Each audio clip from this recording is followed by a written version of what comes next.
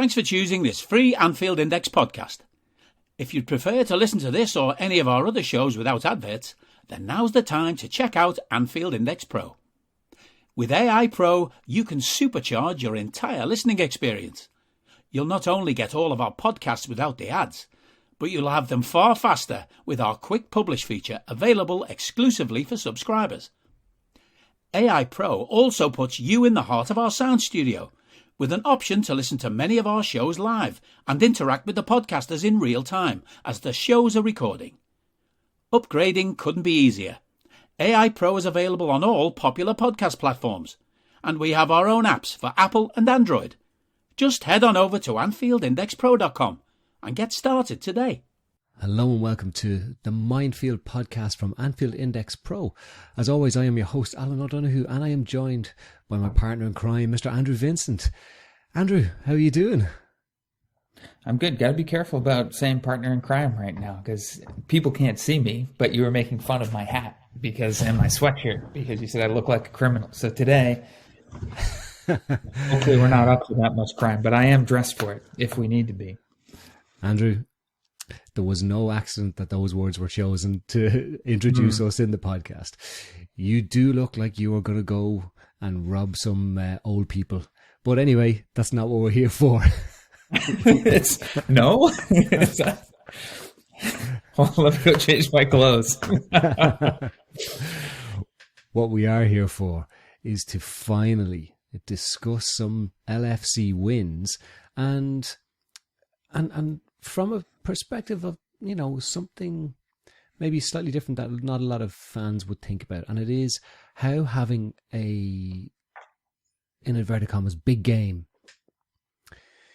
can bring out the best in us.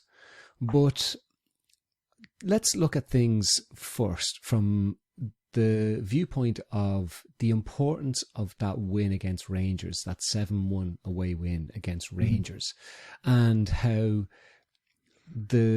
tactically the management team decided to try something different, something that we've all been calling out for, get Mo closer into the goal so he can score. Mm-hmm. Do you think there is a lot of importance to how that game was managed and how it played out in terms of heading into the game against Manchester City and the overall reframing for us as a fan base, but also the team that, guys, you are good. In fact, you're exceptionally good, and you're good enough to take on anybody. I think the game against City might have been good either way. You know, I think from a confidence standpoint, certainly it helps to get some people on the score sheet. Like that can feel like a big relief for individual players. And maybe on a tactical level, like just having another game in that system, helps you reinforce that system. But that game is also so different mentally from the challenge in front of you for the Manchester City game that, I think it's easy and maybe a little too easy to be like, okay, Rangers got us confident again, and then we were confident for Manchester City. And so that's why that Manchester City game was such a good performance. Because I think the reality is even though fans are more extreme in how they track the narratives, not a lot of us felt very confident going into Manchester City. You know what I mean? Like we just saw 7-1 against Rangers, but I don't think any of us were like, cool, we're ready for City now. You know what I mean? Mm.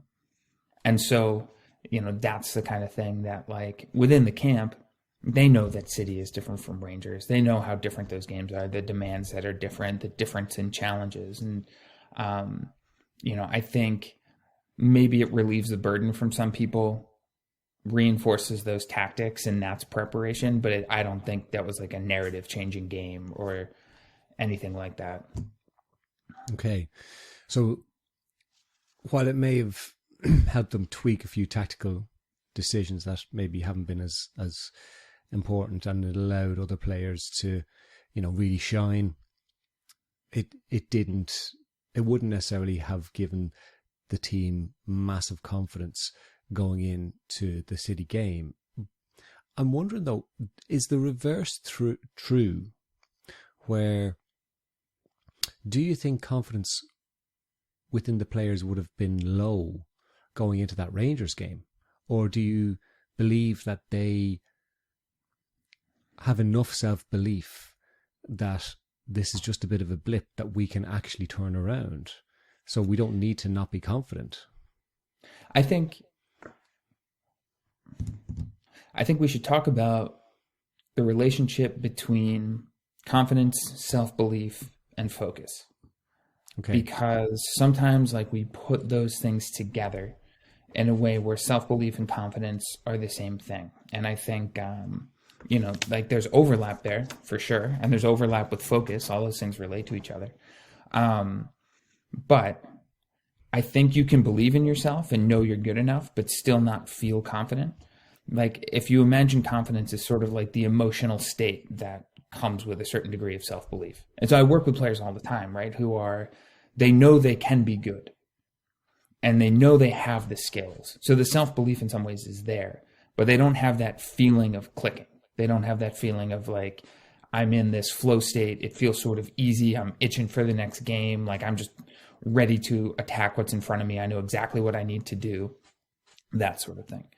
And so sometimes what'll happen is you'll have people who are chasing the feeling of, you can call it momentum, you can call it flow, you can call it confidence, but they're chasing that like cluster of emotions and feelings of like, okay, I'm here, instead of focusing on building self-belief and using self-belief as like the basis for focus. And so when I say that, like, what do I mean is like self-belief, what are you good at? What do you do? What are you as an athlete and a player and, on the field, what are you effective at? And how do you use that to build your focus? And this is something I talk with people about all the time, is like people want to start with confidence. How do I feel good? And then I'll focus on doing my things and like that'll happen naturally. And I think that's backwards. How do you focus on the right things? If you're focusing on the right things, eventually get your moment and then you're going to feel good. And so start with the self-belief, use that to build focus. That's going to bring that feeling that you're chasing, which we refer to as confidence. Okay, that's really interesting.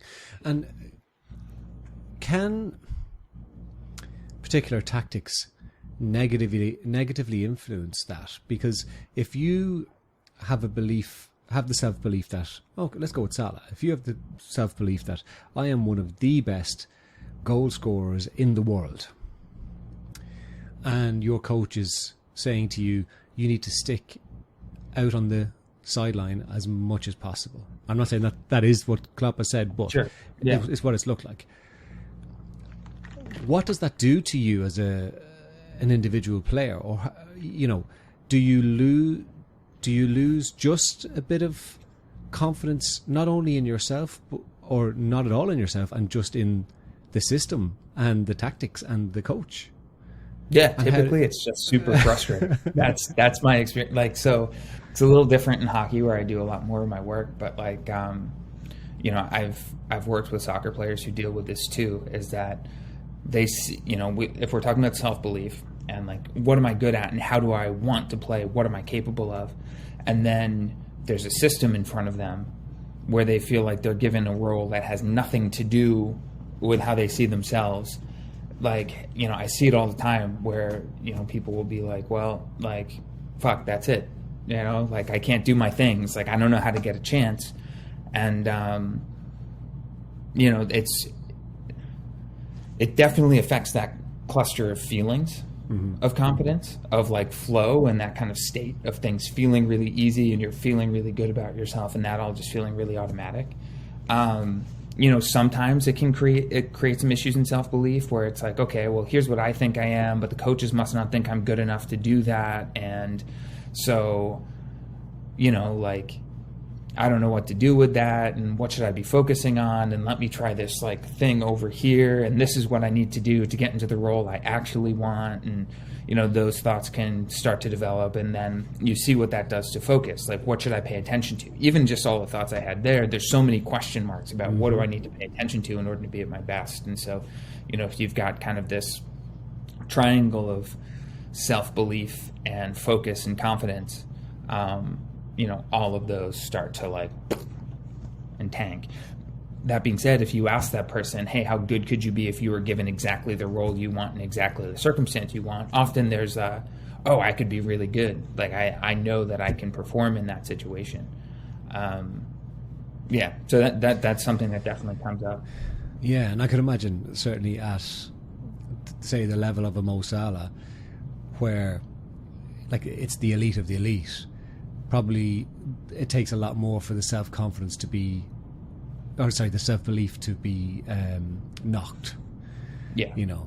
Like at that level. So I can imagine with an up-and-coming player who's maybe younger, that's where that can come into play, or somebody who's maybe in a few lower leagues and they're not at that elite level, but to have got to that point, you have to have had so much self-belief. Plus, you have also got all the evidence to back up that belief by getting there. So that's so important. Right. Now, take us then into looking into, from the team's perspective versus our perspective as fans, looking into the game against Manchester City. What would have been the important bits there? So I think this is a really good example of how self-belief and focus can create good energy and sort of like that emotional package that comes with confidence. So I think in comparison to, if you would ask most fans, like if you would polled a group of fans and said, can we beat Manchester City? Most of us would have said, we can, but we're probably not going to. Like that, this team maybe doesn't have that performance in it right now. But we would have said we can, I think. Like it's possible, like the talent is there. It's different than when you're in the group and you're the people who have that talent and you have the opportunity.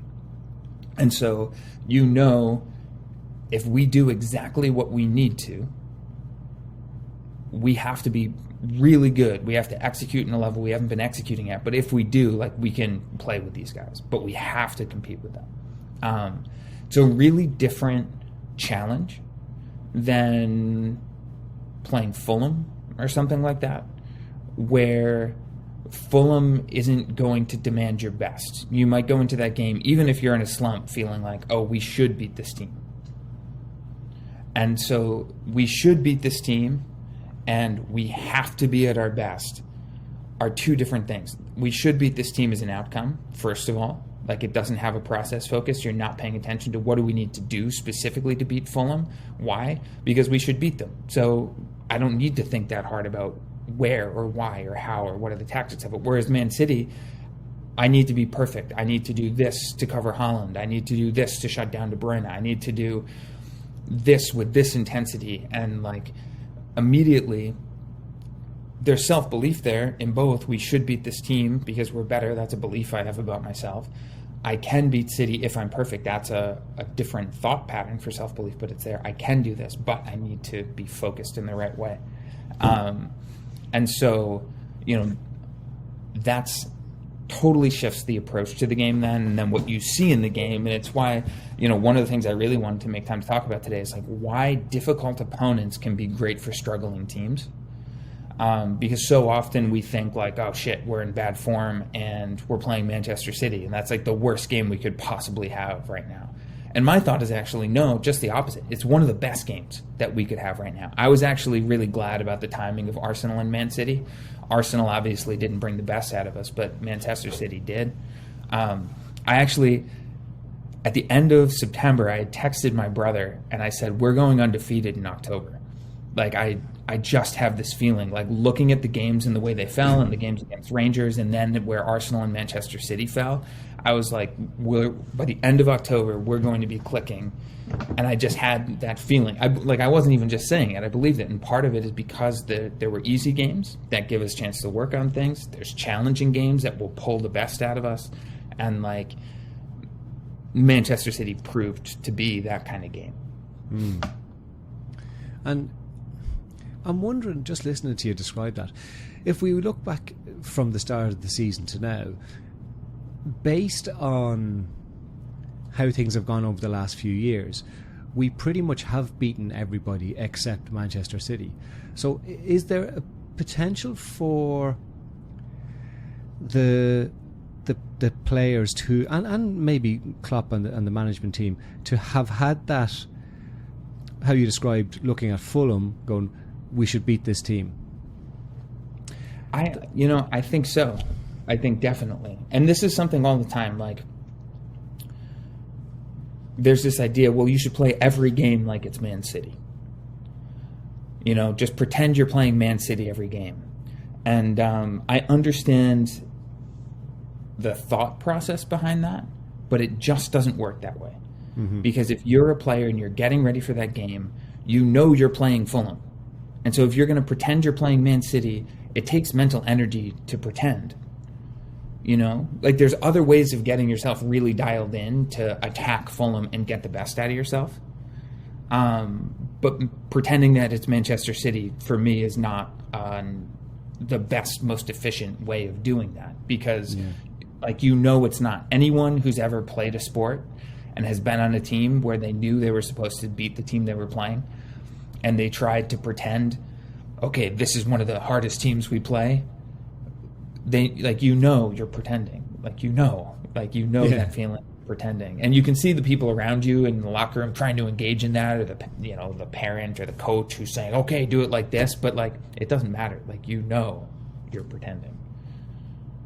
And I think with that, then, if you bring in some tactical tweaks that maybe aren't embedded for whatever reason, due to lack of coaching, due to overthinking, due to players not being able to execute at the level that maybe you had hoped, all of those alongside a belief that we should beat everybody except Manchester City, I could definitely see that equates to, or could equate to, how we've been so far this season. And every game you go into, it's still with that, but we should beat this team, so it should be okay. And then we actually have the anomaly of Bournemouth, and I'm wondering now, listening to you, does that actually has the potential to negatively feed into that process, where it's like, see, there we are, we're grand, everything's all right, we've just smashed somebody 9-0, so it's all right. And then we go out and we're back to the same poor execution of the process that we have, because maybe we're not as dialed into it as we could be or should be. And there's like a feeling of playing at your best. And so let's use Virgil van Dijk as an example, because he hasn't been at his best, and he hasn't really been able to find it until Manchester City. I think a lot of people would agree with that. The analogy that I want to use, that I was thinking about before we talked, is like, if you wake up late and you have to get ready for work and you're rushing and okay, I've got 15 minutes before I need to be in my car or whatever, it's amazing how quickly you can get ready. If you wake up and you have, let's say, a slow morning, or you're going in late or something, and you have 3 hours to get ready for work, even when you save yourself just 15 minutes at the end or whatever, or you can't get ready in 15 minutes the same way. It's really difficult. You're going to find it. It's just that urgency isn't there. And it's just because there's a reality that when you only have 15 minutes to get ready, or you're going to be late, the situation demands that speed. And that focuses your mind. In some ways, it's the automatic processes of your brain that focuses, in a way where you have to do that manually if you're trying to trick yourself into getting ready in 15 minutes when you have 3 hours. If you start at the start of that 3 hours and say, I'm going to get totally ready for work so I can just enjoy the next 2 hours before I have to go in, I'll pretty much guarantee you it's going to take you longer than the urgent situation. And that's kind of that. It's about what the environment is demanding of you. And so when we talk about flow, there's two sides of this flow model. We're most likely to get in this state of being in the zone or in flow when our perceived ability is in line with the perceived challenge of the task. Sometimes we focus a lot on the perceived part of that, perception is something we have some control over, or some way to manipulate by thinking about things differently. But like, there's also just part of it, what we perceive about the world is based in the reality of the world, often, somewhat, to some extent. And like, if the world doesn't give you just that 15 minutes, it's hard to perceive yourself as having this challenge of I only have 15 minutes. So moving to Virgil van Dijk, one of the things that I think is especially hard for an athlete, and especially a high-level athlete, is demanding a really focused and engaged performance from yourself when the game isn't requiring that from you. And I know, like, some people will be like, well, Virgil was getting beat all over the place, so it was demanding more from him, or like he wasn't playing well. And it's like, yeah, but like, it's just different. Defending Erling Haaland in the constellation of like this City team, or in the context of this City team, is just different from Neil Maupay or whatever, however you describe that, like, just they're different challenges, they're different tasks. Erling Haaland is 15 minutes to get ready. Neil Maupay, sorry Neil, but that's having a slow morning, right? And so, it's just, we forget often how the environment can demand our attention in different ways and how big of a role that plays. And then, my guess is the City game does give us more confidence because it helps us access a feeling, if that makes sense. What does it feel like to play at that level? And we haven't had that experience yet this year. And you need that in order to get clicking, like, now we know where it is, you can return to there more quickly, if that makes some sense. So I'm hoping all of these like analogies and things are coming across in a way that's reasonably clear. I don't know how long Virgil van Dijk takes to get ready. 20 minutes. You're right though. And I'm listening to you, and what I'm hearing is procrastination.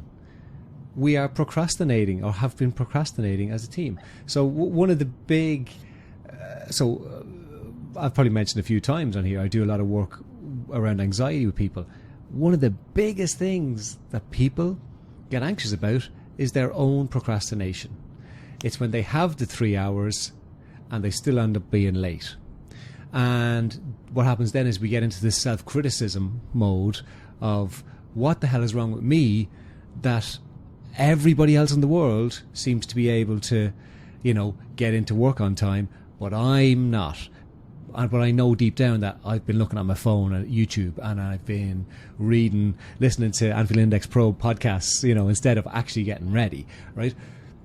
But if we take that and expand it into a team, if there is a team procrastination, you might have a good game and go, right, no, that's it. I have 15 minutes to get ready in this game. But they've all gotten into that way of working where it's like, we've got 3 hours to win this match. And then all of a sudden they don't. And then they haven't won the match. And then all of a sudden they are 14 points behind first place Arsenal. And it was really interesting to me to watch them last night. We're recording on Thursday here after beating West Ham, to see what the response was going to be in the West Ham game. And the first half was definitely a continuation of that flow. And the second half wasn't, which makes it even more interesting, not from a fan perspective, but from the psychological perspective. What's going to happen against Nottingham Forest? Because we should beat them. Right. So that's I'm a wondering, scary game. That's a scary game in terms of the kind of performance that could show up. Because, like, obviously this is a team. Are you that person who has everything? The coolest merch and those must-have fan threads? Well, over at our Anfield Index shop, we've gone that extra mile when it comes to pimping up your Liverpool collection. From our popular range of bespoke design t-shirts, sweaters, hoodies and hats, to our signature edition mugs, prints and coasters, all provided with fast worldwide shipping. We have something for every red. We also stock official LFC merchandise and are licensed with the Premier League and UEFA to sell official iron-on shirt badges and sleeve patches. As a listener to this podcast, you can get 10% off everything with coupon code AIPRO10. Just head over to AnfieldIndex.shop or find us on Etsy by searching for Anfield Index. Not Nottingham Forest, but us, that historically has found our level against all different kinds of opponents, and had the ability to do that. But it's a really hard thing to be able to do, to demand, to find a way to get the best out of yourself in games that don't demand the best out of you. And that's not about always like intensity and urgency and forcing things. Like sometimes that's actually about patience and waiting for your moments. And like it's about knowing your moments really well as a team and being able to hold tight and know that those are going to come and being able to wait for those and then attacking those hard when they happen. And I think that's one of the things too, is like, you talk about procrastination and being hard on yourself and, that cycle. And yeah, I could see that similar thought pattern unfolding in a team here and maybe our team here too. Obviously I don't know what's going on the inside, but it's like, we lose to Fulham or we tie Fulham, and then I forget what the second game was, but we have this other draw that like we shouldn't have drawn, and then it starts to be like, well, shoot, like those were games we should have won. Like, why didn't we win those games? What's wrong with us that we didn't win those games? Like, now I really need to do it. Now I really need to do it. And sometimes it's actually that added pressure. With procrastination too, it's this added pressure you put on yourself of like, well, now I really need to make this thing happen. You're changing your approach to your play. And this is like a funny thing all the time. Like I see light bulbs go off in people's heads when I talk to them about this, but like what they're searching for is consistency.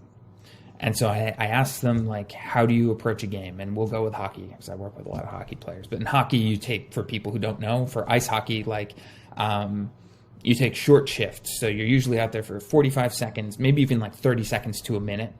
And the game has 60 minutes of like in play time. But so even if you're going to play for half an hour, you're going to take like 35 or 40, 45 second shifts or whatever, right? So hockey players often think of the game in terms of shifts. So it's like, so they're saying, well, I'm struggling with consistency. And so I say, okay, like, let's say you go out and you have 3 shifts and nothing really happens in your first 3 shifts. Like, what's going on in your head? And a really typical answer is, oh, I got to make something happen in my 4th shift. Okay, well, what if something doesn't happen in my 4th shift? Well, then I have to really shift things up and click into gear. Like, I've got to push myself really hard. Okay, well, what if nothing happens for you after the first period? Like, maybe it hasn't gone bad, but you haven't accomplished anything yet. Well, maybe it's just not there tonight, and I've got to kind of change my game so I'm just defensively solid and not, making the game harder on my teammates. In 20 minutes of hockey, this person has changed their approach to the game 3 different times. And that's why they're inconsistent. That's the definition of inconsistency, right? Is because as the game goes on, I keep changing my approach over and over because of this game I'm playing with myself in my head. And that part of that's related to the pressure that I'm putting on myself because things haven't happened the way I think they're supposed to yet. And so that's something that can easily start happening is you beat yourself up, you're pushing things a little bit, you're forcing things, and then you're asking why you're not consistent. It's like, well, that's why. Sometimes it's about patience more so than intensity and being intense in the right moments. And, that's a very Klopp phrase, right? Is intensity in the right moments. There's definitely been times this year where we just haven't been intense at all. I'm not entirely sure what that's about. But then I also feel like I can think of times where there was just intensity in the wrong moments, and that led to us being really disorganized and easy to counterattack, and it looks bad. Yeah. And I think, when we look at what's been successful for us, usually Sadio and Mo have always been in flow where they may not be in top form at the same time, but usually one of them will step in when the other one maybe is having a bit of a rough patch, and vice versa. And listening to you there, I'm essentially hearing you describe Nunez at the moment. His processes are all really, really good, except for that I have to make this work. I have to score from 40 yards. I have to score. I have to score. I have to score. I have to score. When there are other people he should and could be laying the ball off to, or maybe making different decisions. And it's probably a symptom of a number of different things. You know, maybe with Benfica, he was the main person, and he didn't have Mo Salah or Diogo Jota or Bobby Firmino or, you know, anyone else around him who maybe are as good, if not better than him. So he had to be the main guy, and he had to shoot from 40 yards every time he got a chance because the pressure was on him. But now he doesn't. And yeah, I really enjoy watching him play. And like part of it is because he lacks the mental maturity to his game that I think will develop. And so like he's such a wild card. And he'll be a wild card like later, but like after we won against City and the final whistle blew, some of his decisions made me smile. At the time, less so. And probably didn't make Mo smile either. But like, you know, part of it I think is who he is as a player. Like he's a glory hunter. Like, let's just call it what it is, right? Like he wanted that goal. That's why he didn't pass. Yeah. You know, like that's why he didn't pass. He wanted that goal. He thought he could score it. So he did it. You know, he had a pullback to Carvalho and he tried to go across the goal to Trent. I actually think that was a nice play. I think, but having that ambition, like wanting that glory, that's also part of what's going to make you a good striker. Don't lose that. It's about picking your moments still. But like, I enjoy watching him play a lot. But yeah, like there's some mental maturity that could be gained there in terms of patience and attacking your moments. And more of that though is about not being too hard on yourself when nothing is happening. It doesn't mean slacking off, but it does mean just being patient and trusting that that moment is going to come and staying ready for that moment to come. And I think that's one of the hardest things for athletes to do, especially in a sport like soccer, well, football, whatever you want to call it. You know, there's not a ton of goals, right? And so unless you're playing Rangers, I guess, or Bournemouth, like, you know, it might just happen. Like you might go 3 games without scoring and it's not any fault of your own. It's not something you're doing wrong. You know, it's just the ball's not going in the net for you. But it's really hard to be a goal scorer and have those 3 games, 4 games, 5 games and not start to doubt yourself and try something different and then lose consistency. And then, you know, that's going to make it work. It's really tough to stay patient for that long and stay believing in your processes and keeping consistent in your focus. Yeah. And I think probably some of the biggest work the coaching staff are going to have to do with him is actually getting him to trust himself, that he has the ability to take his time, to be patient. And because for me, and this is just me, he is showing through his movement and his work ethic that he has everything that's needed. The only thing that's missing so far, from what I can see, is composure when it comes to shooting. So he's very much in people call him a shit Andy Carroll, right? But for me, he reminds me more of Jibril Cisse, you know, in terms of his shooting. So it's, I'm going to hit the ball as hard as I can, and you know, I'm going to hope that it's gone in. So the one last night where he hit the post, that was actually an easy place for someone at that level. All he had to do was just place that in the corner, but he hit it as hard as he could, and it whacked off the post. There's been a couple other ones where, you know, he's hitting the ball as hard, and it looks fantastic when the keeper makes a phenomenal save. But with more composure, you are one of the fastest players. You've topped out at the fastest speed in the league this season. You had the fastest speed in the Champions League last season. Like, you are fast enough to get past these defenders and put yourself in an easier position to score or bring somebody else on board. So I think if they can teach him to trust himself, that he has the ability to be composed and take his time, that he doesn't need to be scattergun firing all over the place, that's where we'll see the evolution of him. And that's where a lot of the managers, maybe with, you know, a Jibril Cisse, an Andy Carroll, you know, whoever it might be, they didn't have the manager who was able to do that. And I think Nunes does with Klopp. So I have no worries about him at all. Whenever I'm working with an athlete who wants to develop more patience, and more composure or poise, like on the ball, on the puck, in possession. One of the things I tell them that they need to go do in practice is turn the ball over. And like, it makes no sense, but like, I think especially you're looking at Nunes, who's coming from a league, Portugal. I don't watch enough Portuguese soccer to know, but the idea there is there's more time on the ball, right? The Premier League is the fastest league in the world, and people are going to come closing you down hard and fast, and that reputation is going to be in your head. So if you're Nunes and you're coming to this new place, some part of you is going to be like, I got to get the ball, I got to get off the ball quick, I got to get my shot away quick, I have to do everything fast, which doesn't lend itself to patience. That's true. The only way to get, like, the phrase I use that doesn't necessarily make a lot of sense but seems to get the point across is like you have to fail on both sides of the spectrum to understand where the spectrum is. That means you have to hold on to the ball for too long in order to know how much time you actually have. Unless you've lost the ball, you don't know how much more time you had. There was more time. So if you're shooting before the pressure is fully there, if you're shooting before someone's closed you down, then, you know, obviously that's good. In the long term, that's what we want, but you don't know how much space you actually have. And so I'll encourage athletes like, okay, this week during practice, wait until someone takes the ball from you.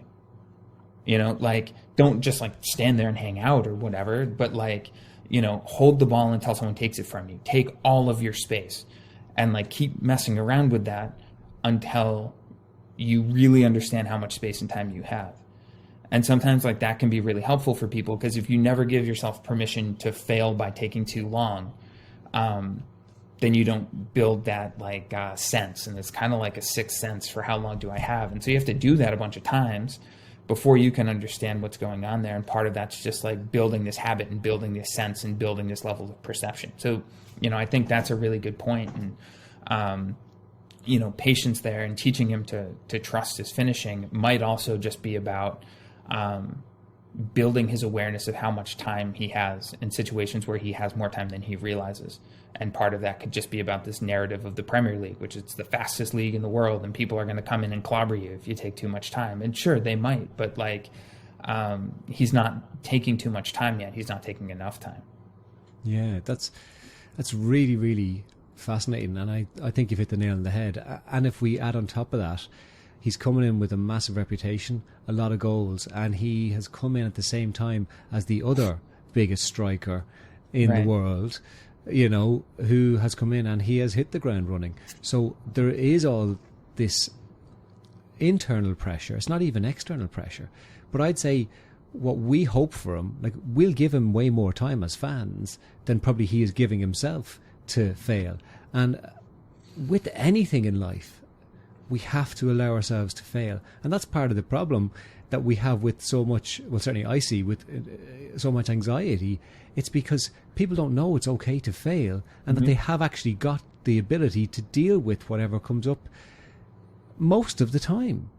So there's rarely anything that any of us face on a day-to-day basis that we can't overcome. Rarely. In real terms, that's, you know, potentially life-ending to us, which is where the anxiety is kicking in. And I think that is the thing. And I've been saying it for probably 3 or 4 weeks about Nunes now. He just needs to give himself a break, and it's okay to make mistakes. But like that, he's not giving himself enough space to make those mistakes on the pitch, because I would say he feels like he has to hit the ground running, and that he's already way behind because he missed 3 matches because of a ban that was down to him, and Haaland has completely taken the league by storm. But look what happens when Haaland's up against the best defender in the world. Yeah, right. And, you know, nothing. We did a really good job shutting him down. And I mean, like, that took such a team effort. And I think that, you know, the demands of that game brought out the best in us.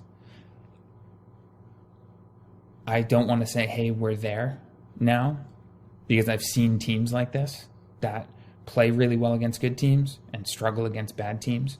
And that might just be part of what we have to work through this year and part of what we have to figure out.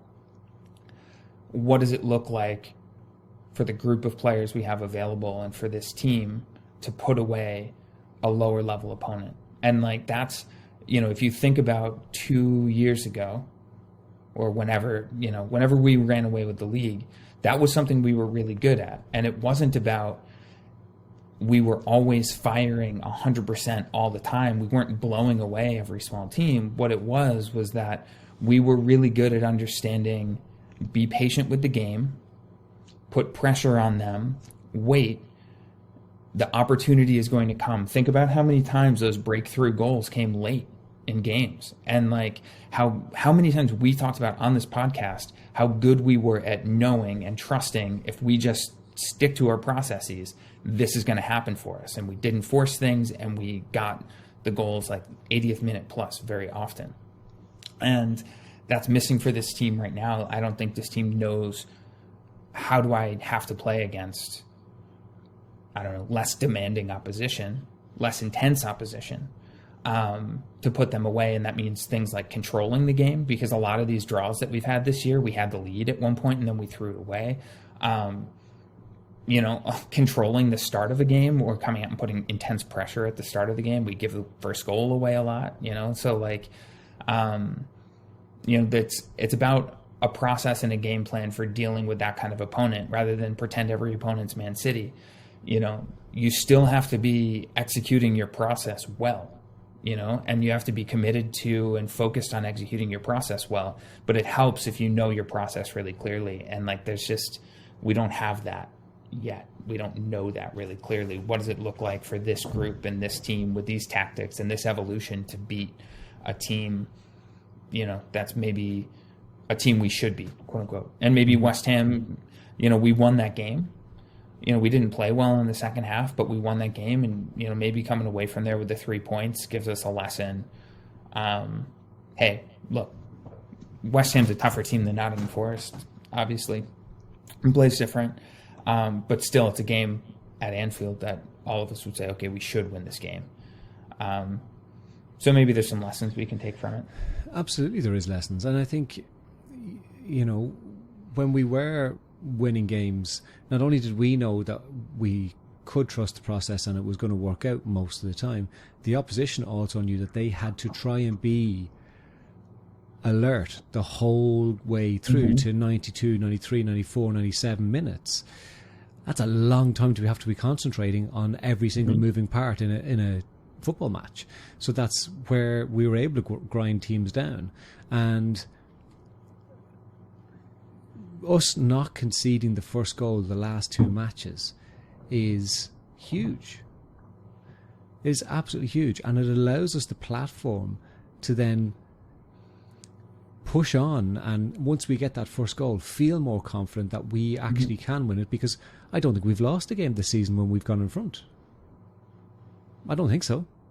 We tied Bournemouth, and there's another game where we got, but we didn't lose. We didn't lose. I don't think we've lost one. I think that's true. Yeah, but I think we've drawn 2 or 3. Yeah, but Everton, did we go in front in Everton? No, or did it was we 0-0. No score. Was it 0-0? Are you sure? I thought it was 1-1. Maybe it was 0. Okay, so we definitely didn't go behind. Yeah, we definitely didn't go behind. I'm gonna, while we're here, I'm actually going to check it, because, and this is great news for all of you guys. Let's go. Everton 0, Liverpool 0. Boom. There you go. Oops. Don't ever doubt me, Andrew. Don't ever doubt me. Won't happen again. Good. But yeah, we haven't lost, because we were beaten by Arsenal, beaten by Napoli, beaten by Man U, and of those defeats, we've gone behind.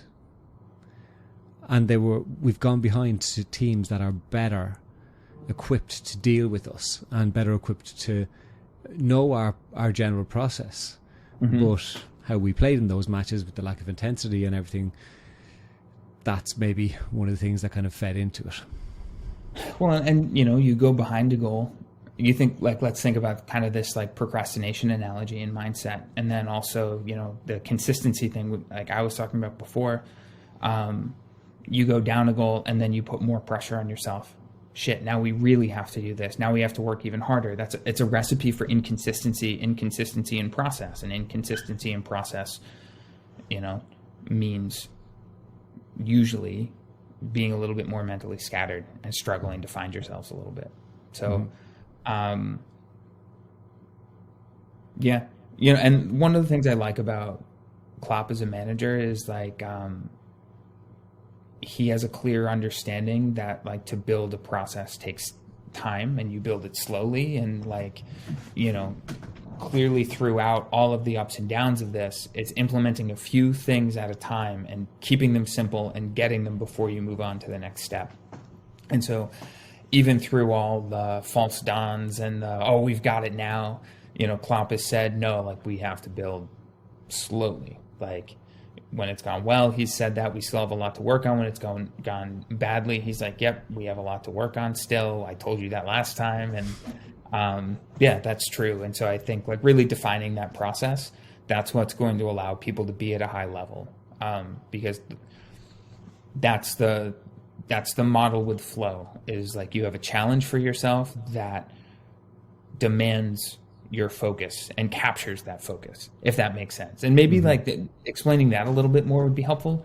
There's a difference between something demanding your focus and capturing your focus. Like there's overlap there. But like flow doesn't happen because you're pushing yourself so hard. Flow happens because like the task is pulling you. And so if you think about, I don't know, some situations like music or sport, or even like playing a video game or reading something or whatever, like a situation where you're in flow and you're totally caught up in the task, it doesn't feel like you're pushing yourself to that focus. It's like you're engaged in, and all of a sudden time is gone. And it's like that task is pulling you in. And so like that might be a good way of thinking about it too. Sometimes because Western psychology is focused so heavily on individuals and how individuals can manipulate their own emotions and minds to accomplish certain things, we don't pay enough attention to what's the external task, and is that task pulling us in a certain way, and how do we create tasks for ourselves or set up challenges for ourselves or frame challenges in a way that makes them engaging and pulls us in. The task does the work. We kind of frame the task. And so that's what a good process can do is, hey, I'm playing against, like I'm Mo Salah and I'm playing against Nottingham Forest. I'm looking for this gap in the defense when this ball is played, and when this gap happens, this is what I'm going to do. Or, here's the coverage I'm looking for. Here's the movement from Trent I'm looking for. And maybe you pick 2 or 3 moments, and it's like, my goal is to be patient, be ready for these moments, and then attack them when it happens. And then it doesn't, in that case, like you can demand a lot from yourself against Nottingham Forest, or like that task pulls you in regardless of who you're playing.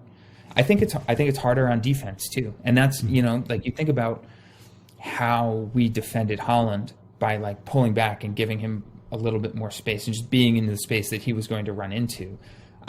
It's a little bit of a different task from what typically is given to our center backs.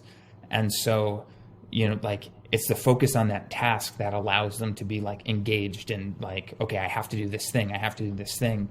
Whereas like, it might not always be as clear against other teams, like, oh, what do I have to do to defend this person? It's just sort of like, oh, be good. But that's not a viable instruction. Like, oh, I have to be at my best. Well, what does that mean? That's not a process. That's an outcome. And now you're a little lost.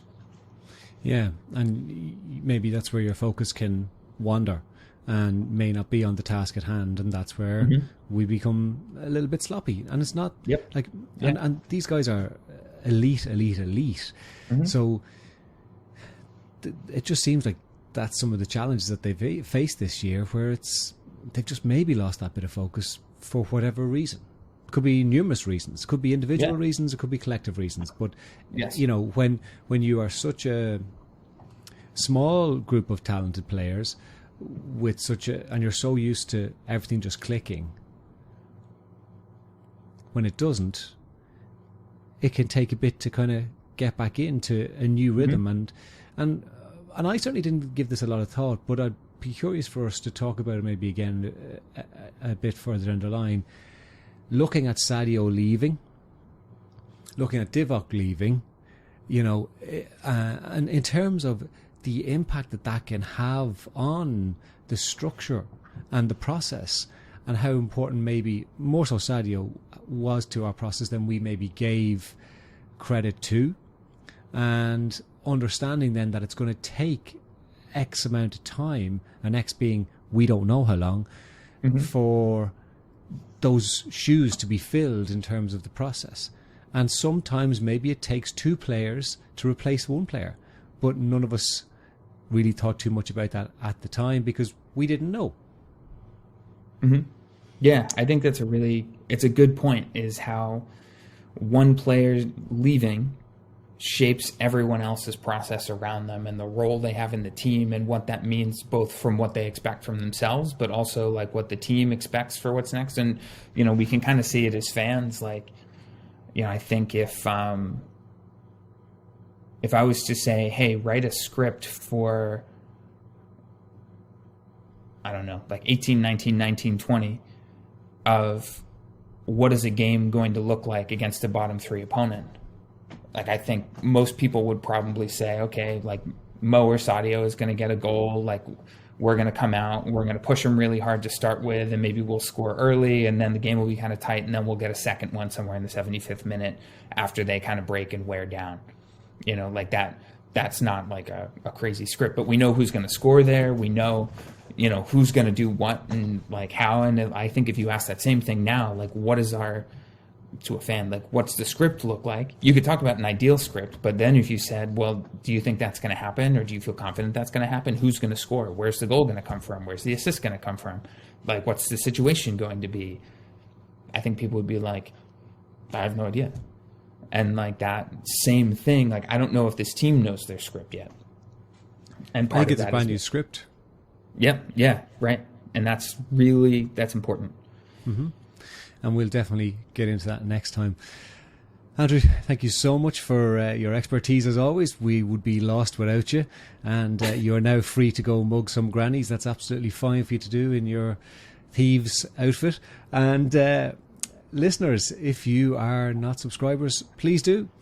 There is a ton of podcasts going out every single week. And, we got to keep this train running. So we need your help to keep that train running. So please go and support and subscribe to Anfield Index Pro. And if you can't afford it financially, even just a like and a share, give a shout out on your social media. It makes such a huge difference. Until next time, Andrew, look after yourself. And listeners, take care. We hope you enjoyed listening to this Anfield Index show. Please be sure to subscribe to our channel so future podcasts find their way to your device automatically. There's nothing quite like fan engagement, and we'd love to know what you think of anything discussed on this show. The best way to get in touch is over on our free Discord community, where both podcasters and listeners debate the hottest LFC topics 24/7. Sign up free now at anfieldindex.com/Discord. You won't regret it. You can also follow us on Twitter at Anfield Index and find us on Facebook by searching for Anfield Index. Oh, and before you go, we'd love it if you could leave us a 5-star review on your favourite podcast app. It only takes a couple of seconds, and it means the world to the people who create these free shows.